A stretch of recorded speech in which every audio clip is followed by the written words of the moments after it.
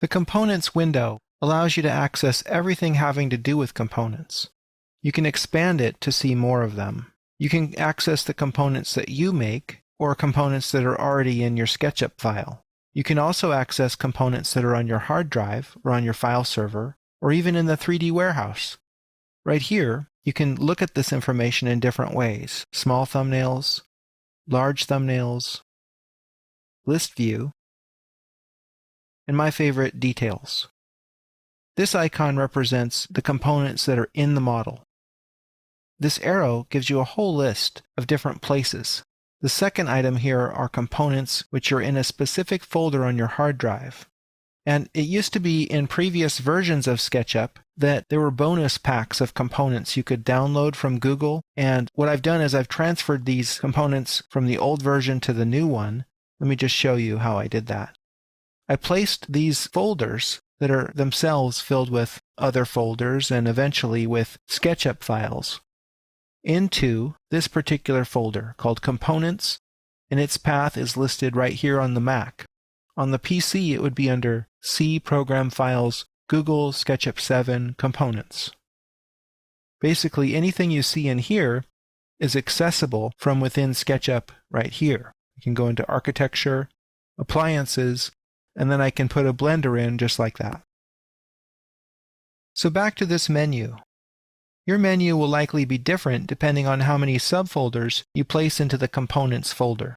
Notice down here that it goes down to T and then it starts over at A.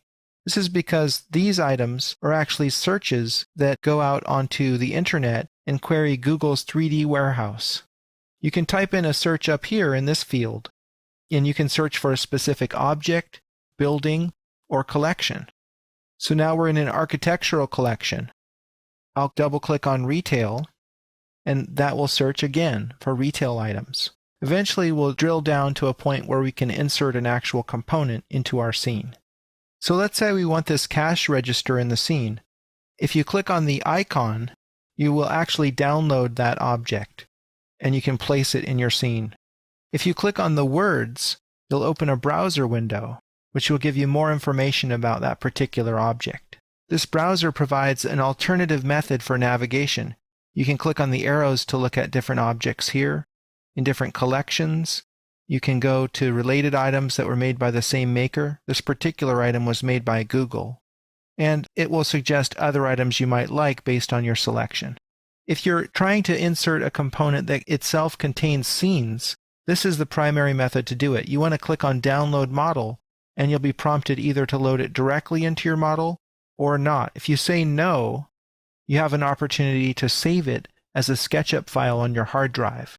And this is the way you want to go if the component you're downloading contains scenes. Otherwise, the scenes will be ignored if it's inserted directly into your existing file. It doesn't matter whether you add components that are on your local hard drive, on your file server, or on the internet. Any way you go, they're added to your model. If you delete the component from View, it doesn't get rid of it in the file.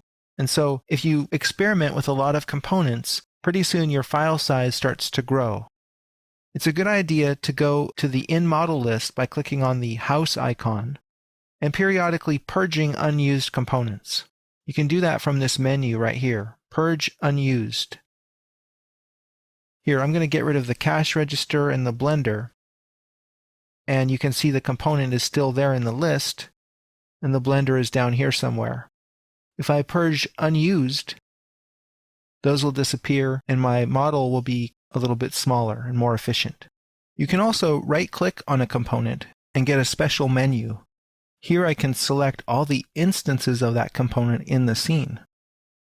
I could save it out as a file on the hard drive as a SketchUp file, or I could go to the Properties, which is actually the Edit button up here, where I can change the gluing plane, whether it's a Face Me component, and so on. Here you can reload the component by clicking here, and you can replace it with a different component if you want.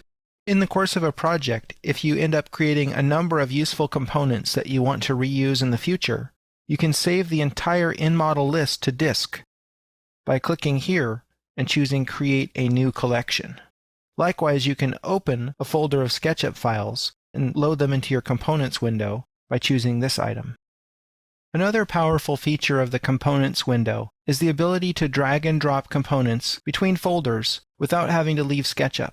The key to that is this button right here. It displays the secondary selection pane. It's like having two component browsers in one. So up here I have my in-model list. I'll just scroll down and locate this new component which we just designed. Down here, I'm in my People folder. I'll just drag the woman in there. That actually copies the SketchUp file into this folder, so everybody in the firm now has access to this new component that I've made.